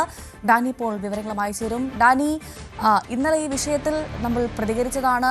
അതിൽ സഭയുടെ ഇടപെടലടക്കം ഇന്നലെ ഉണ്ടായിരിക്കുന്നു. അപ്പോൾ വലിയൊരു പ്രതിസന്ധിയിലേക്ക് കൊച്ചി മേയർ സ്ഥാനം പോകുന്ന കാര്യത്തിൽ സംശയമില്ല. പ്രത്യേകിച്ചും സഭ കൂടി ഇടപെട്ട സാഹചര്യത്തിൽ പ്രതിപക്ഷ നേതാവ് കൃത്യമായി താക്കീത് നൽകിയതാണ് പരസ്യ പ്രതികരണത്തിന് മുതിരരുതെന്ന്. പക്ഷേ അതൊന്നും മുഖവിലേക്ക് എടുക്കാതെ അവഗണിച്ചുകൊണ്ട് വീണ്ടും ഈ വിഷയത്തിൽ വലിയ തർക്കമുണ്ട് എന്ന് വളരെ വ്യക്തമാണ്. പക്ഷേ എന്ത് നടപടി ഉണ്ടാകും?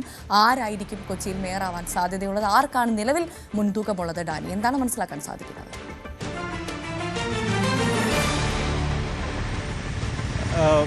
നിലവിൽ വളരെ സങ്കീർണതയുള്ള ഒരു ചോദ്യമായിട്ട് കൊച്ചി മേയർ ആരെന്നുള്ളത് മാറിക്കൊണ്ടിരിക്കുകയാണ്. ഓരോ ദിവസവും അത് കുറച്ചുകൂടി കാഠിന്യമുള്ള ഒരു ചോദ്യമായിട്ട് മാറുന്നു. ഉത്തരം കണ്ടെത്താൻ ജില്ലാ നേതൃത്വത്തിനടക്കം പ്രയാസപ്പെടുന്ന അവസ്ഥയിലേക്ക് പോകുന്നു.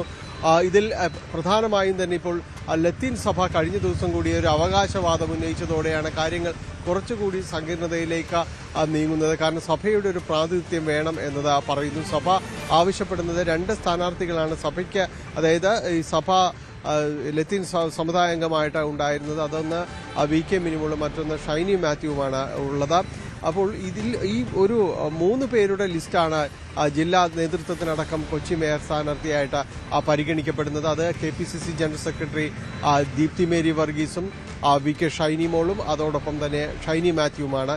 ഇതിൽ ഈ ഷൈനി മാത്യുവിൻ്റെയും അതോടൊപ്പം വി.കെ. മിനിമോളുടെയും പേരുകളാണ് ലത്തീൻ സഭ മുന്നോട്ട് വയ്ക്കുകയും ചെയ്യുന്നത്. ഇതിൽ കുറച്ചുകൂടി പ്രാതിനിധ്യം വി.കെ. മിനിമോൾക്കടക്കം വരുന്നുണ്ട്. കാരണം അവർ 3 തവണ ഒരു കൗൺസിലർ എന്നൊരു കാര്യവും അതോടൊപ്പം തന്നെയാണ് മഹിളാ കോൺഗ്രസിൽ അവരുടെ പ്രാതിനിധ്യവും സമരമുഖങ്ങളിലെല്ലാം വളരെ സജീവമായി പങ്കെടുക്കുന്ന ഒരാൾ എന്ന രീതിയിലെല്ലാം തന്നെ ഇവർക്ക് ഒരു പ്രാധാന്യം കൈവരുന്നുണ്ട്. KPCC ജനറൽ സെക്രട്ടറിയാണ് ദീപ്തി മേരി വർഗീസ്. അതോടൊപ്പം തന്നെ മറ്റൊരു കാര്യം ഇതിൽ ശ്രദ്ധിക്കപ്പെടേണ്ടത്, ഇതിൽ പരസ്യമായ ഒരു പ്രതികരണങ്ങളിലേക്കോ അല്ല എങ്കിൽ ഒരു പ്രൊമോഷൻ പരിപാടികളിലേക്ക് പോകരുത്, ഓൺലൈൻ സംവിധാനങ്ങൾ ഉപയോഗിച്ചെന്ന് വി.ഡി. സതീശൻ പ്രതിപക്ഷ നേതാവ് കർശന നിർദ്ദേശം നൽകിയിരുന്നതാണ്. പക്ഷേ ചിലരെങ്കിലും തന്നെ, പ്രത്യേകിച്ച് കഴിഞ്ഞ ദിവസങ്ങളിൽ തന്നെ ഇപ്പോൾ അഭിവാദ്യങ്ങൾ അർപ്പിച്ചുകൊണ്ട് പോലും പോസ്റ്റുകൾ വരുന്നത്. ദീപ്തി മേരി വർഗീസിന് അഭിവാദ്യങ്ങൾ അർപ്പിച്ച നിയുക്ത മേയർ എന്ന രീതിയിൽ അഭിവാദ്യങ്ങൾ അർപ്പിച്ചുകൊണ്ട് ചില സാമൂഹ്യ മാധ്യമങ്ങളിലുള്ള പോസ്റ്റുകളെല്ലാം തന്നെ പ്രത്യക്ഷപ്പെട്ടു തുടങ്ങിയിട്ടുണ്ട്. അപ്പോൾ അത് അവരുടെ അറിവോടെയോ അല്ലയോ എന്നുള്ളത് കാര്യങ്ങൾ ഇനി വരേണ്ടിയിരിക്കുന്നു. ഏതായാലും അത്തരം കാര്യങ്ങൾ അനുചിതമാണ്, ഇത് പാടില്ല എന്ന DCCയുടെയും പ്രതിപക്ഷ നേതാവിന്റെയും വിലക്കുകൾ ലംഘിച്ചാണ് ഇങ്ങനെ ഈ രീതിയിലേക്കുള്ള കാര്യങ്ങൾ പോകുന്നത്. അതോടൊപ്പം തന്നെ ഷൈനി മാത്യുവിനെ അനുനയിപ്പിക്കാനുള്ള ഒരു നീക്കം നടക്കുന്നുണ്ട്. അത് പ്രധാനമായും ചില പാക്കേജുകൾ മുന്നിൽ വെച്ചുകൊണ്ടാണ്. ഇനി വരാനിരിക്കുന്ന നിയമസഭാ തെരഞ്ഞെടുപ്പ് അടക്കമുള്ള കാര്യങ്ങളുണ്ട്. കൊച്ചിയിൽ നിന്ന് ഏതായാലും ഒരു സ്ഥാനാർത്ഥി അടക്കമുള്ള കാര്യങ്ങളുടെ പരിഗണനയും പലതും നടക്കുന്നുണ്ട്. അപ്പോൾ അത്തരം സാധ്യതകളിലേക്ക് ഷൈനി മാത്യുവിനെ കൂടി പരിഗണിച്ചേക്കാമെന്നൊരു നിർദ്ദേശം അവർക്ക് മുന്നിലേക്ക് ചില നേതാക്കളെങ്കിലും മുന്നോട്ട് വെച്ചതായിട്ട് പറയുന്നുണ്ട്. തൽക്കാലമെങ്കിലും ഈ ക്ലെയിമിൽ നിന്ന് ഒന്ന് മാറ്റി നിർത്തുക എന്നത് തന്നെയാണ് അതിന്റെ ഒരു ലക്ഷ്യം. ഏതായാലും കോർപ്പറേഷൻ പിടിച്ച ഒരു തിളക്കമൊന്നും ഈ മേയർ സ്ഥാനാർത്ഥി ആരെന്നതിൽ കണ്ടെത്താൻ കോൺഗ്രസിന് ഇല്ലേ എന്ന് ചോദിക്കേണ്ട സാഹചര്യമാണോ നിലവിൽ? അതോടൊപ്പം തന്നെ ഡാനി, പ്രധാനപ്പെട്ട കാര്യം, ഈ സഭയുടെ ഒരു സമ്മർദ്ദം അത് ഏത് തരത്തിൽ പ്രതിരോധത്തിലാക്കുന്നുണ്ട് കൊച്ചി നേതൃത്വത്തെ?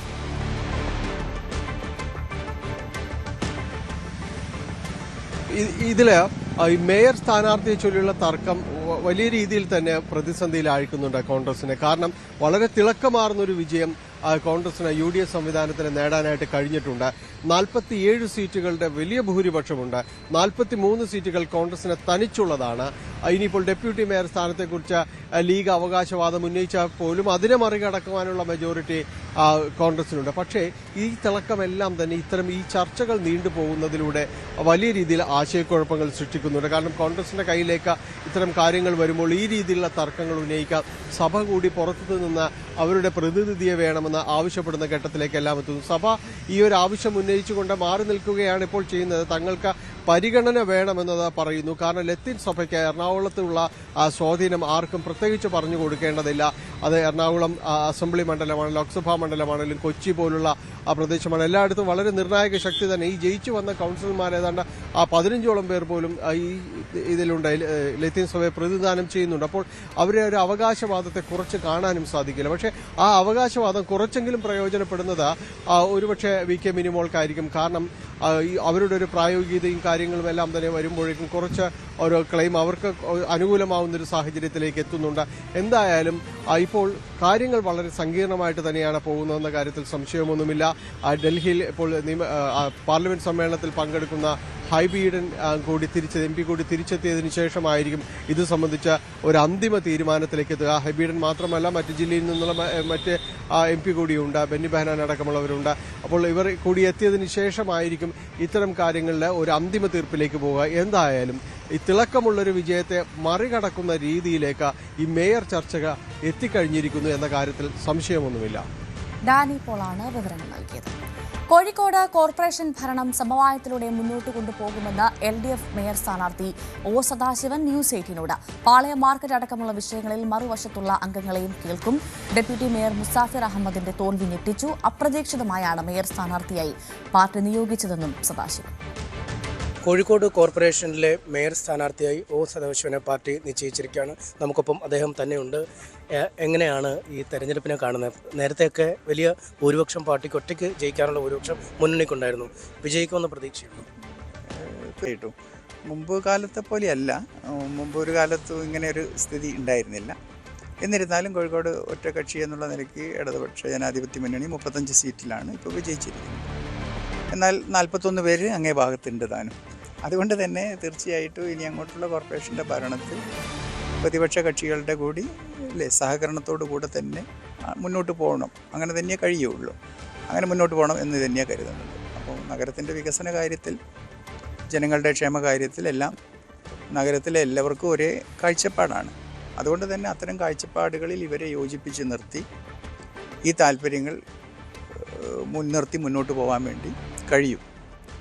വിവാദങ്ങളുള്ള വിഷയങ്ങൾ, ഏതെങ്കിലും പ്രത്യേക ചില പ്രശ്നങ്ങളുണ്ടെങ്കിൽ അത്തരം പ്രശ്നങ്ങളിൽ നാടിന് വേണ്ട കാര്യങ്ങളാണ് തീർച്ചയെങ്കിൽ അവരുമായി സംസാരിച്ചൊരു യോജിപ്പിലെത്തിക്കാനുള്ളൊരു ശ്രമം നടത്തും. അങ്ങനെ മാത്രമേ പുതിയ കാലത്തെ കോർപ്പറേഷൻ ഭരണം മുന്നോട്ട് കൊണ്ടുപോകാൻ കഴിയുകയുള്ളൂ. ഈ പാളയം പോലുള്ള ചില കാര്യങ്ങൾ വെല്ലുവിളിയാണ്. കാരണം നിലവിൽ തന്നെ പ്രതിപക്ഷം ഒക്കെ വലിയ ബഹളം ഒച്ചപ്പാടൊക്കെ ഉണ്ടാക്കിയതാണ്. ആ പദ്ധതിയൊക്കെ ആയിട്ട് എങ്ങനെ മുന്നോട്ട് പോകാൻ കഴിയുമെന്ന് പ്രതീക്ഷ? പാളയം പച്ചക്കറി മാർക്കറ്റിൽ ഒരുപാട് തവണ ഒരുപാട് വിശദമായ ചർച്ചകൾ നടന്നിട്ടുള്ളതാണ്.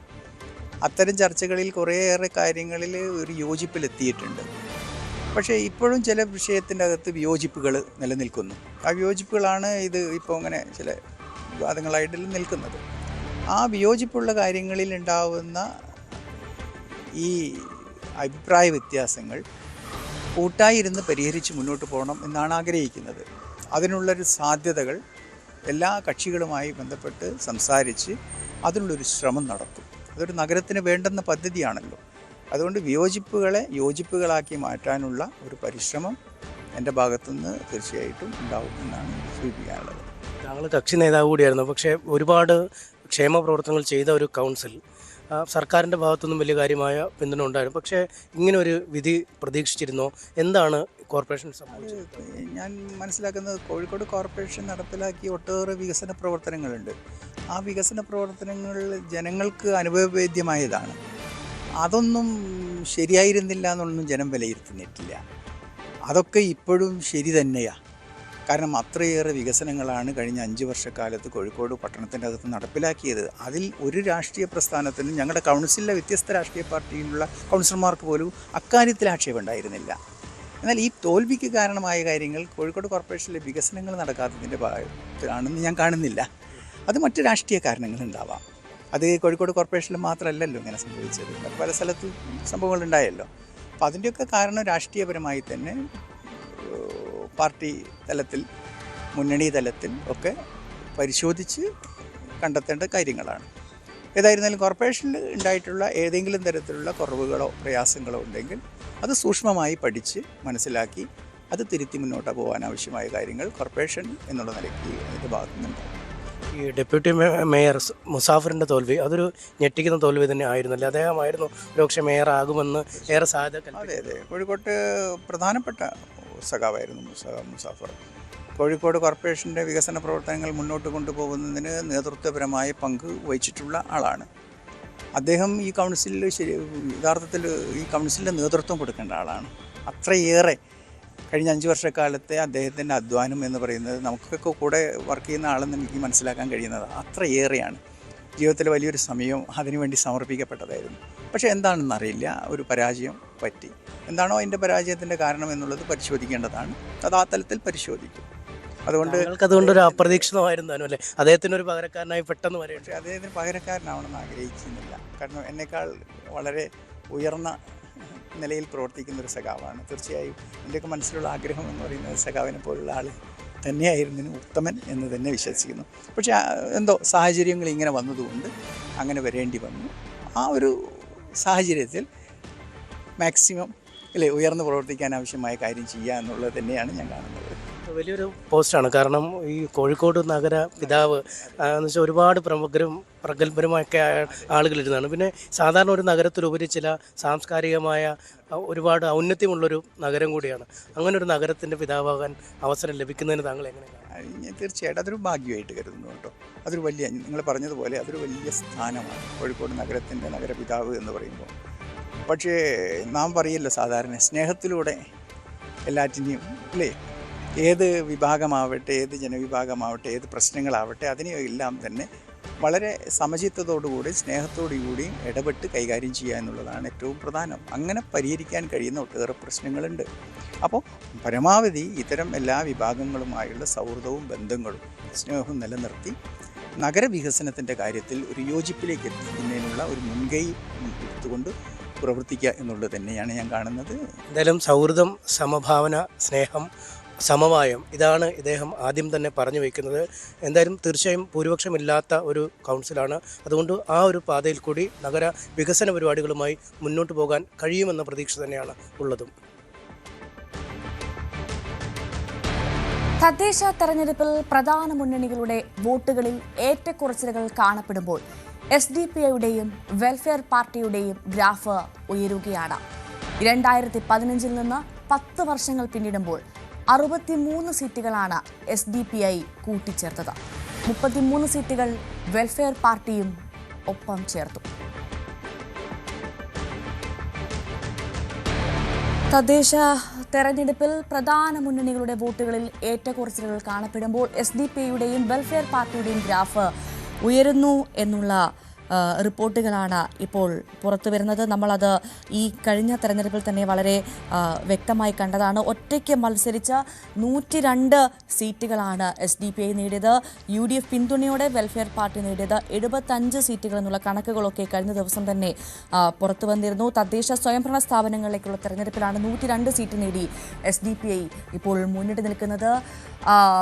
MS അനീഷ് കുമാർ വിവരങ്ങളുമായി ചേരുന്നു. അനീഷ, പ്രത്യേകിച്ചും മലബാർ മേഖലയിലെ കണക്ക് നമ്മൾ നോക്കുകയാണെങ്കിൽ, മൊത്തത്തിൽ നോക്കുകയാണെങ്കിൽ 102 സീറ്റാണ് SDPI ഈ കഴിഞ്ഞ തദ്ദേശ സ്വയംഭരണ സ്ഥാപനത്തിലേക്കുള്ള തെരഞ്ഞെടുപ്പിൽ നേടിയത്.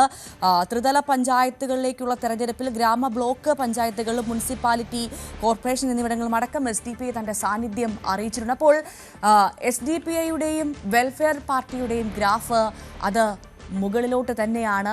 പക്ഷെ അതേസമയം തന്നെ തങ്ങളാരും അവർക്കൊപ്പമില്ലേ എന്ന് 2 മുന്നണികളും ഒരേപോലെ പറയുന്നുണ്ട്. പക്ഷേ അതല്ല സാഹചര്യമെന്ന് നമ്മൾ വളരെ വ്യക്തമായുള്ള ചിത്രം കണ്ടതുമാണ് കഴിഞ്ഞ തദ്ദേശ തെരഞ്ഞെടുപ്പിൽ. വിവരങ്ങൾ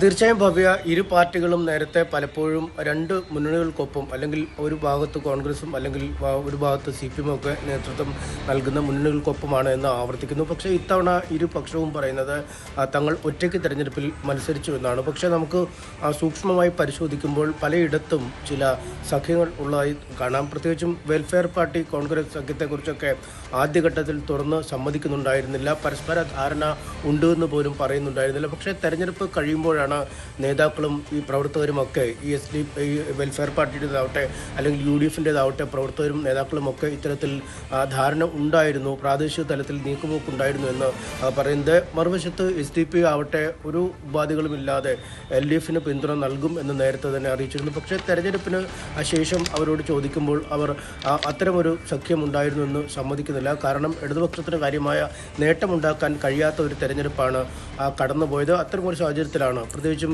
ഈ അഴിയൂർ പോലുള്ള വടകര ഭാഗത്തെ അഴിയൂർ പഞ്ചായത്ത് SDP താരതമ്യേന നല്ല സ്വാധീനമുള്ള ഒരു പഞ്ചായത്താണ്. അവിടെ SDP സ്ഥാനാർത്ഥി വിജയിച്ച ഒരു വാർഡിൽ 7 വോട്ട് മാത്രമാണ് LDF സ്ഥാനാർത്ഥിക്ക് നേടാൻ കഴിഞ്ഞത്.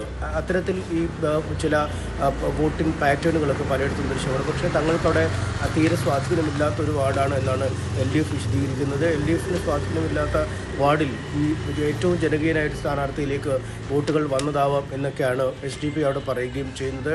ഒപ്പം ഈ കൊടിയത്തൂർ അടക്കമുള്ള ഇടങ്ങളിലും ഇരുപക്ഷവും സഖ്യമായി മത്സരിക്കുന്നു. മുക്കം നഗരസഭയിൽ തനിച്ച് മത്സരിച്ച് വെൽഫെയർ പാർട്ടി സ്ഥാനാർത്ഥികൾ ജയിക്കുന്നുവെങ്കിലും LDF ഇത്തവണ ഭൂരിപക്ഷത്തിലേക്ക് എത്തുന്ന ഒരു സാഹചര്യം. കഴിഞ്ഞ തവണ ഒരു തൂക്ക് പഞ്ചായത്തായ നഗരസഭയൊക്കെ ആയാണത് വന്നെങ്കിലും സ്ഥിതിഗതികൾ മാറുന്ന അവസ്ഥ. എന്തായാലും നമുക്ക് കണക്കുകൾ പരിശോധിച്ചാൽ 2015 40 സീറ്റുകളാണ് SDP നേടിയിരുന്നത്. അതിൽ 32 ഗ്രാമപഞ്ചായത്തിലെയും 7 നഗരസഭയിലെയും കൊല്ലം കോർപ്പറേഷനിലെ ഒരു വാർഡും ഉള്ളതായിരുന്നു. ആ 40 സീറ്റുകൾ പിന്നീട് 2020 അത് ഇരട്ടിയിലധികമായി വർദ്ധിപ്പിക്കുന്നുണ്ട്. 95 സീറ്റുകളായി SDP വർദ്ധിക്കുന്നു.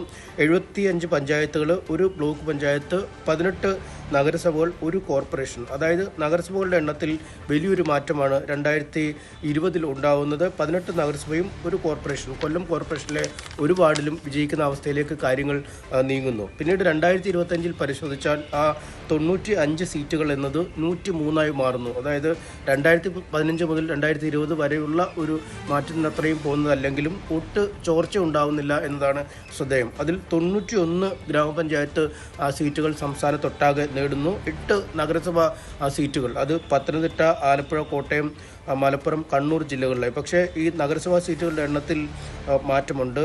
2020 18 നേടിയാൽ അത് 8 കുറയുന്നുണ്ട്. പക്ഷേ ഈ കോർപ്പറേഷനുകളിൽ 2 സാന്നിധ്യം അറിയിക്കാൻ SDP-ക്ക് 2025 കഴിയുന്നു എന്നതാണ്. കണ്ണൂർ കോർപ്പറേഷനും കൊല്ലം കോർപ്പറേഷനിലെയും ഓരോ സീറ്റുകൾ വീതം നേടാൻ കഴിഞ്ഞിരിക്കുന്നു. ഒപ്പം ആലപ്പുഴ മണ്ണഞ്ചേരിയിലെ ഒരു ബ്ലോക്ക് പഞ്ചായത്ത് സീറ്റ് നേടാനും SDP-ക്ക് കഴിഞ്ഞിരിക്കുന്നു. അതായത് 2020 അത്ര വലിയ നേട്ടമുണ്ടായെങ്കിൽ പോലും പഞ്ചായത്ത് തലങ്ങളിൽ സീറ്റുകൾ വർദ്ധിപ്പിക്കാൻ കഴിഞ്ഞു എന്നതാണ് SDP-ക്ക് നേട്ടമായി ഉയർത്തിക്കാട്ടാൻ കഴിയുന്നത്. മറുവശത്ത് വെൽഫെയർ പാർട്ടി ഏതാണ്ട് 2011 വരെ പുറത്തുള്ള ആളുകൾക്ക് പിന്തുണ നൽകുകയും അല്ലെങ്കിൽ LDFിന് പിന്തുണ നൽകുകയും ഒക്കെ ചെയ്തിരുന്നു എന്ന് പറയുന്നു. പക്ഷേ 2015 42 സീറ്റുകളാണ് 2011 പാർട്ടി ഉണ്ടാക്കിയത്. ആദ്യ തെരഞ്ഞെടുപ്പിൽ തന്നെ 42 സീറ്റുകൾ നേടി. അതിൽ 32 ഗ്രാമപഞ്ചായത്തുകൾ സീറ്റും 9 നഗരസഭാ സീറ്റുകളും ഒരു ബ്ലോക്ക് പഞ്ചായത്ത് സീറ്റുമാണ് അന്യ തെരഞ്ഞെടുപ്പിൽ തന്നെ വെൽഫെയർ പാർട്ടി നേടിയത്. എന്നാൽ 2020 65 സീറ്റുകളാക്കി ഉയർത്തി. അതായത് 42 നിന്നും ഒരു മാറ്റം, ഒരു ചാട്ടം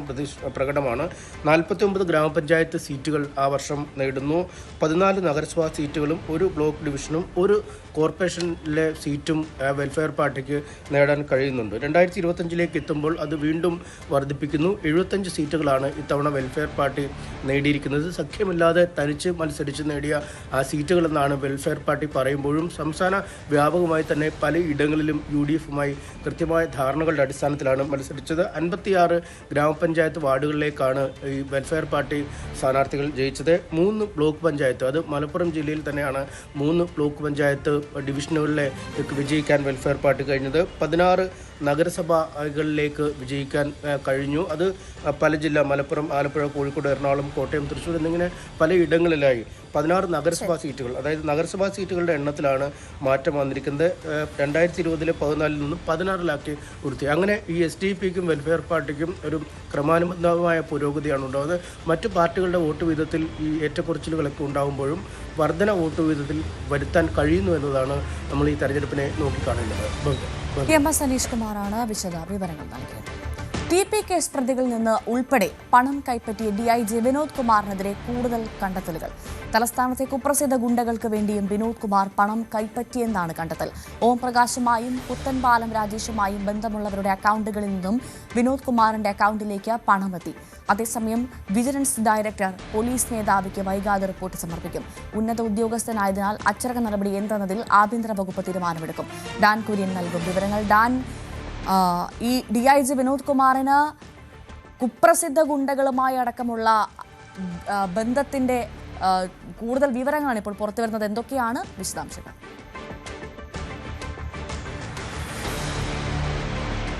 വിജിലൻസിന്റെ സ്പെഷ്യൽ ഇൻവെസ്റ്റിഗേഷൻ യൂണിറ്റ് 1 ആണ് ഇതുമായി ബന്ധപ്പെട്ട വിനോദ് കുമാറിനെതിരെ ഉയർന്ന ആരോപണങ്ങളിൽ വിശദമായ പരിശോധന നടത്തിയത്. അങ്ങനെ പ്രാഥമികമായി നടത്തിയ പരിശോധനയിലെ കണ്ടെത്തലുകളാണ് കഴിഞ്ഞ ദിവസം പുറത്തു വന്നത്. TP കേസ് പ്രതികളുടെ ബന്ധുക്കളിൽ നിന്നടക്കം ഗൂഗിൾ പേ വഴി പണം കൈപ്പറ്റിയിരുന്നു പരോൾ അനുവദിക്കുന്നതിന് വേണ്ടിയെന്ന്.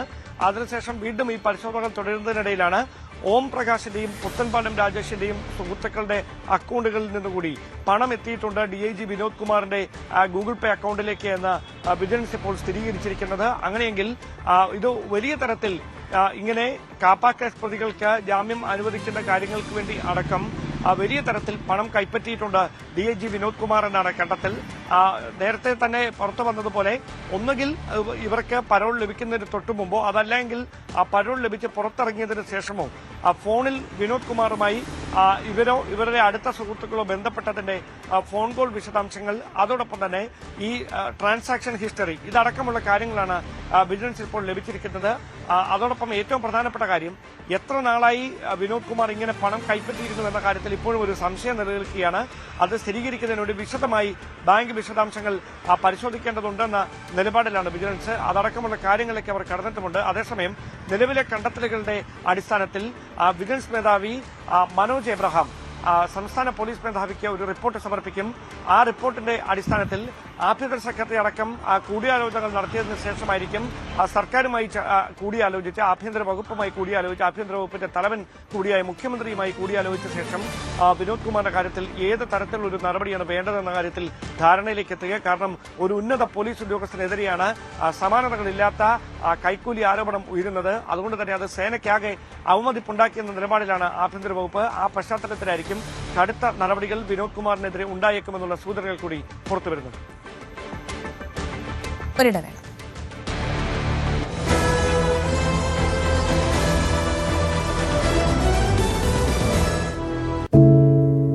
ഒരു മാധ്യമ പ്രവർത്തക എന്ന നിലയ്ക്ക് ഇപ്പോൾ ഏറ്റവും കൂടുതൽ കൈകാര്യം ചെയ്യേണ്ടി വരുന്നത് ലഹരിയുമായി ബന്ധപ്പെട്ട വാർത്തകളാണ്. കൊച്ചുകുട്ടികൾ മുതൽ യുവാക്കൾ വരെ എല്ലാവരും ഉൾപ്പെട്ടിരിക്കുന്ന ലഹരിയുടെ ഒരു വല. എന്താണ് നമ്മുടെ യുവതലമുറയ്ക്ക് സംഭവിക്കുന്നത് എന്നൊക്കെ എല്ലാവരും ചോദിച്ചു കാണും. പക്ഷേ അവരുടെ പ്രശ്നങ്ങളെ, അത് കുട്ടികൾ മുതൽ യുവാക്കൾ വരെ, അവരുടെ പ്രശ്നങ്ങളെ കേൾക്കുന്നതിന്, മനസ്സിലാക്കുന്നതിന്, ഒരു പരിഹാരം പറയുന്നതിന് മുതിർന്നവരായ നമുക്ക് എത്രമാത്രം കഴിയുന്നുണ്ട്? അവരിൽ ഉണ്ടാകുന്ന ചെറിയ മാറ്റങ്ങൾ നമ്മൾ തിരിച്ചറിയാറുണ്ടോ? അവരുടെ ചുറ്റുമുള്ളത് ഒരു മായാലോകമാണ്. സോഷ്യൽ മീഡിയയുടെ, വീഡിയോ ഗെയിമുകളുടെ, സിനിമയുടെ, വാർത്തയുടെ വലിയ വിവരശേഖരത്തിന്റെ ലോകം. ആ ലോകത്തിനകത്ത് കുരുങ്ങിപ്പോകുന്ന കുട്ടികളെ തിരിച്ച് യഥാർത്ഥ ജീവിതത്തിലേക്ക്, മണ്ണിന്റെ മണമുള്ള ജീവിതത്തിലേക്ക് തിരിച്ചു കൊണ്ടുവരാൻ നമുക്കും കഴിയേണ്ടതല്ലേ? അവരെ കേൾക്കാൻ, അവരിൽ ഉണ്ടാകുന്ന മാറ്റങ്ങൾ തിരിച്ചറിയാൻ, അവരുടെ പ്രശ്നങ്ങൾക്ക് പരിഹാരം കാണാൻ നമുക്ക് മാത്രമേ കഴിയൂ. ചേർത്ത് പിടിക്കാം നമ്മുടെ കുട്ടികളെ. ലഹരിയുടെ വലയിൽ കുരുങ്ങാതെ അവരെ കാത്തുരക്ഷിക്കാം.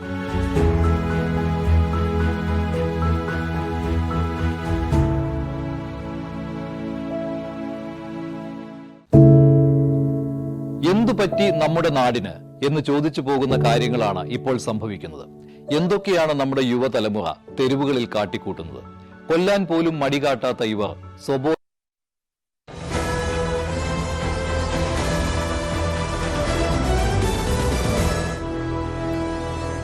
ആലപ്പുഴയിൽ രക്ഷിതാക്കളുടെ കാഴ്ചാ പരിമിതി പറഞ്ഞുള്ള നിരന്തര ആക്ഷേപത്തെ തുടർന്ന് യുവതി ആത്മഹത്യ ചെയ്ത കേസിൽ പ്രതികളെ അറസ്റ്റ് ചെയ്യാതെ പോലീസ്. മണ്ണഞ്ചേരി സ്വദേശി രേഷ്മയാണ് മരിച്ചത്. ഭർത്താവ് ഡിബിൻ ഉൾപ്പെടെയുള്ള 3 അംഗ കുടുംബം ഒളിവിലാണെന്നാണ് ആലപ്പുഴ നോർത്ത് പോലീസ് പറയുന്നത്. 3 വയസ്സുള്ള പേരക്കുട്ടിയെ ഉൾപ്പെടെ കാണാനാവാത്ത ആശങ്കയെ തുടർന്ന് പോലീസിനെതിരെ പ്രതിഷേധത്തിനൊരുങ്ങുകയാണ് ജയരാജും ഭാര്യ ഷീലയും. കാഴ്ചാപരിമിതിയുള്ള ജയരാജും ഷീലയും ആശങ്കയുടെ മുൾമുനയിലാണ്. 3 മാസങ്ങൾക്ക് മുമ്പ് കഷ്ടപ്പെട്ട് വളർത്തിയ മകളെ നഷ്ടമായി. ഇപ്പോൾ പേരക്കുട്ടിക്ക് കൂടി എന്തെങ്കിലും സംഭവിക്കുമോ എന്ന പേടിയിലാണവർ.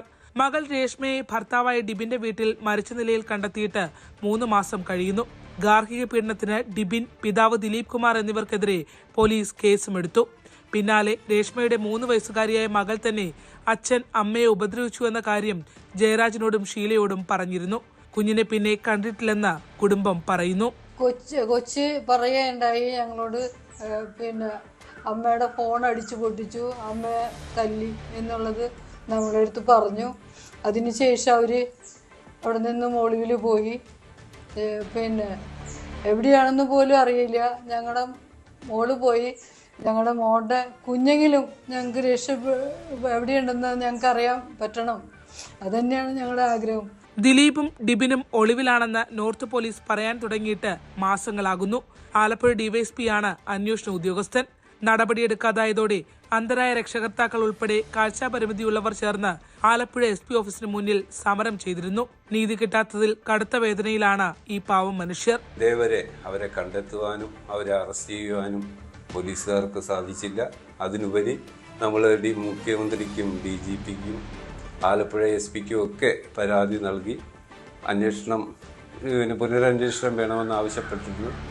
അത് മുഖ്യമന്ത്രിയുടെയും DGPയുടെയും അന്വേഷണത്തിൽ നിന്നും അവിടുത്തെ പരാതി കൊടുത്തതിൻ്റെ അന്വേഷണം അറിയാൻ കഴിഞ്ഞിട്ടുള്ളത് എറണാകുളം സോണൽ IGക്ക് 10 ദിവസത്തിനുള്ളിൽ അതിൻ്റെ നടപടിയെടുത്ത് അറിയിക്കണമെന്ന് പറഞ്ഞിട്ട് അതിൻ്റെ ഒരു റിപ്ലൈ പോലും നമുക്ക് ഇതുവരെ കിട്ടിയിട്ടില്ല. ജില്ലാ കോടതി ജാമ്യം തള്ളിയിട്ടും അറസ്റ്റ് ഉണ്ടായില്ല എന്ന് മാത്രമല്ല, പോലീസിന് പ്രതികൾ എവിടെയാണെന്ന് കണ്ടെത്താൻ പോലും ആകുന്നില്ല എന്നതാണ് വിശദീകരണം. നടപടിയില്ലാത്ത പക്ഷം അന്ധരായ മാതാപിതാക്കൾ പോലീസ് സ്റ്റേഷന് മുന്നിൽ നിരാഹാര സമരമിരിക്കാനാണ് തീരുമാനം. ശരണ്യ സ്നേഹജൻ, ന്യൂസ് 18 ആലപ്പുഴ. ശബരിമലയിൽ വീണ്ടും ഭക്തജനത്തിരക്ക്. ഇന്നലെ 9732 ഭക്തർ മല കയറി. കഴിഞ്ഞ 2 ദിവസമായി തിരക്ക് അല്പം കുറവായിരുന്നു. മണ്ഡലപൂജ അടുത്തതോടെ തിരക്ക് വീണ്ടും വർദ്ധിക്കുമെന്നാണ് പ്രതീക്ഷ. 2 ദിവസത്തിന് ശേഷം ശബരിമല വീണ്ടും ഇന്നലെ മുതൽ വലിയ തിരക്കിലേക്ക് മാറി എന്നുള്ളതാണ് നമുക്ക് കാണാൻ സാധിക്കുന്നത്. ഇന്നലെയാണ് ഏതാണ്ട് 1 ലക്ഷത്തിനടുത്ത് 97,000-ൽ പരം ഭക്തർ ശബരിമല സന്നിധാനത്ത് ദർശനത്തിനെത്തിയത്. ഇന്ന് രാവിലെയും സമാനമായ സ്ഥിതി തന്നെയാണ് ഉള്ളത്. വളരെ ഈ നടപ്പന്തൽ നിറഞ്ഞ് ഭക്തരുടെ ഒരു വലിയ തിരക്ക് കാണാൻ സാധിക്കും. 18-ാം പടിയാണെങ്കിലും എപ്പോഴും നിറഞ്ഞ് കയറിപ്പോകുന്ന ഒരു കാഴ്ചയാണ് ഇന്ന് രാവിലെ നമുക്ക് കാണാൻ സാധിക്കുന്നത്. ഏതാണ്ട് മിനിറ്റിൽ 60-ലധികം ഭക്തരെ കയറ്റി വിട്ടുകൊണ്ടുള്ള ഒരു ക്രമീകരണമാണ് ഇപ്പോൾ പോലീസ് നടത്തിക്കൊണ്ടിരിക്കുന്നത്. ഈ രാത്രി മറ്റും ഏതാണ്ട് 2 മണി വരെയും 18-ാം പടി തുറന്നു കിടക്കുന്നതുകൊണ്ട് തന്നെ ഭക്തർക്ക് ആ സമയത്ത് കൂടി 18-ാം പടി കയറ്റി വിടുന്നത് കൊണ്ട് തന്നെ ഈ വലിയ തിരക്ക് താഴേക്ക് അങ്ങ് മരക്കൂട്ടം വരെയോ ഒന്നും ഉണ്ടാകുന്നില്ല എന്നുള്ളത് മാത്രമാണ് എടുത്ത് പറയാൻ സാധിക്കുന്നത്. എന്തായാലും സാധാരണഗതിയിൽ ഇവിടെ അവധി ദിവസങ്ങളിൽ പൊതുവെ തിരക്ക് കുറവാണ്. ഇനി ശനി ഞായർ നാളെയും മറ്റന്നാളുമൊക്കെ എന്താകും സാഹചര്യം എന്നുള്ളതാണ് അറിയാനുള്ളത്. കഴിഞ്ഞ ശനി ഞായർ ദിവസങ്ങളിലൊക്കെ വലിയ തിരക്ക് കുറവായിരുന്നു. ഇതിനു മുൻപും അവധി ദിവസങ്ങളിലായിരുന്നു ഏറ്റവും തിരക്ക് കുറവ്. പക്ഷേ മണ്ഡലപൂജയ്ക്ക് ഇനിയും ദിവസങ്ങൾ മാത്രമാണ് ബാക്കി. അതുകൊണ്ട് തന്നെ ഇനിയുള്ള ദിവസങ്ങളിൽ അവധി കൂടി കേരളത്തിൽ വന്ന സാഹചര്യത്തിൽ മലയാളികളായ ഭക്തരുടെ എണ്ണം കൂടാനുള്ള സാധ്യതയുണ്ട് എന്നുള്ളത് തന്നെയാണ് പോലീസിൻ്റെ വിലയിരുത്തൽ. അതുകൊണ്ട് തന്നെ ആ നിലയിലുള്ള ക്രമീകരണം കൂടി പോലീസ് സംഘം ഇനിയുള്ള ദിവസങ്ങളിൽ നടത്തിവരും എന്നാണ് മനസ്സിലാക്കുന്നത്. 23-നാണ് തങ്കയങ്കി ഘോഷയാത്ര ശബരിമലയിലേക്ക് ആറന്മുളയിൽ നിന്ന് പുറപ്പെടുക. 26-ന് ആണ് ഘോഷയാത്ര സന്നിധാനത്തെത്തുക. എന്തായാലും എല്ലാ ഒരുക്കങ്ങളും പൂർത്തിയാക്കി ഇനിയും മണ്ഡലപൂജയ്ക്ക് വേണ്ടിയുള്ള കാത്തിരിപ്പിലാണ്. അതിനിടെ വലിയ തിരക്ക് കൂടി നിയന്ത്രിച്ച് ആളുകൾക്ക് വലിയ ബുദ്ധിമുട്ടില്ലാതെ കൊണ്ടുപോകുന്നതിന് വേണ്ടിയുള്ള ശ്രമമാണ് ഈ സന്നിധാനത്ത് നടക്കുന്നത്. 2 ദിവസം മുമ്പ് മഴയുണ്ടായിരുന്നു. പിന്നീട് അത് മഴയൊന്നും ഇല്ലാതെ കാര്യങ്ങൾ പോകുന്നൊരു സ്ഥിതിയാണ് ഇപ്പോൾ ഉള്ളത്. എന്തായാലും അങ്ങനെ ശബരിമലയിൽ തിരക്ക് കൂടുന്ന സാഹചര്യമാണ്. എന്തായാലും 1 ലക്ഷത്തിനടുത്ത് ഭക്തരാണ് ഇന്നലെ എത്തിയത്. 9732 ഭക്തരാണ് ഇന്നലെ മല കയറിയതെന്നാണ് അറിയാൻ സാധിച്ചത്. ബുള്ളറ്റിൻ പൂർണ്ണമാകുന്നു. ഇടവേളയ്ക്ക് ശേഷം ന്യൂസ് ഡെസ്ക് കാണാം. TG സജിത്ത് ചേരും.